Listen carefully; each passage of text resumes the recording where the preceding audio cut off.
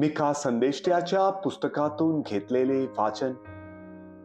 जे अनर्थाचा संकल्प करतात आणि बिछाण्यावर पडल्या पडल्या दुष्टतेची योजना करतात, त्यांस धिक्कार असो. सकाळ उजाडताच ते आपला बेत सिद्धीस नेतात, कारण हे करण्याचे सामर्थ्य त्यांच्या हाती आहे.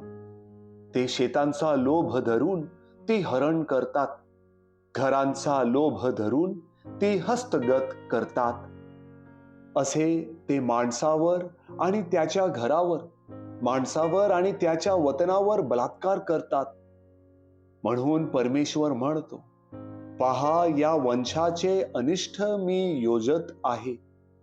त्याच्या जोखडाखालून तुम्हास आपली मान काढता येणार नाही, तुम्हाला मान वर करून चालता येणार नाही, कारण प्रसंग वाईट आहे.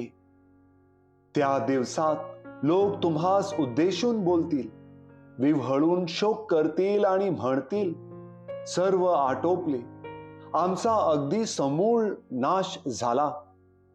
त्याने माझ्या लोकांचा वाटा परक्यांच्या स्वाधीन केला आहे. तो माझ्यापासून कसा काढून घेतला आहे. आमचे क्षेत्र फितुरांना त्याने वाटून दिले आहे.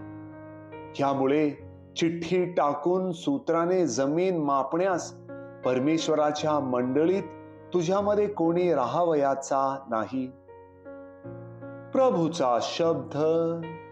देवाला धन्यवाद.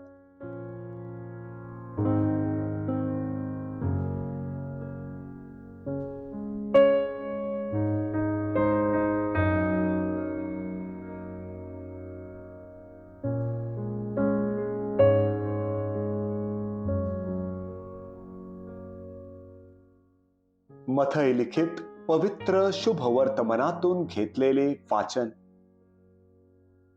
परुष्यांनी बाहेर जाऊन येशूचा घात कसा करावा अशी त्याच्या विरुद्ध मसलत केली. पण हे ओळखून येशू तेथून निघाला. तेव्हा बरेच लोक त्याच्या मागून चालले आणि त्या सर्वांना त्याने बरे केले. आणि मला प्रगट करू नका अशी त्यांना ताकीद दिली, ह्यासाठी की यशाया संदेष्ट्याच्या द्वारे जे सांगितले होते ते पूर्ण व्हावे. ते असे की, पहा, हा माझा सेवक, ह्याला मी निवडले आहे, तो मला परमप्रिय आहे. त्याच्याविषयी माझा जीव संतुष्ट आहे. त्याच्यावर मी आपला आत्मा घालीन. तो परराष्ट्रीयांना न्याय कळवील. तो बांधणार नाही आणि ओरडणार नाही, आणि रस्त्यांवर त्याची वाणी कोणाला ऐकू येणार नाही. चेपलेला बोरू तो मोडणार नाही, आणि मिणमिणती वात तो विझवणार नाही. तो न्यायाला विजय देईल, तोपर्यंत असे होईल, आणि परराष्ट्रीय त्याच्या नावाची आशा धरतील. प्रभूचे शुभवर्तमान. हे प्रभू येशू ख्रिस्ता, तुझी स्तुती असो.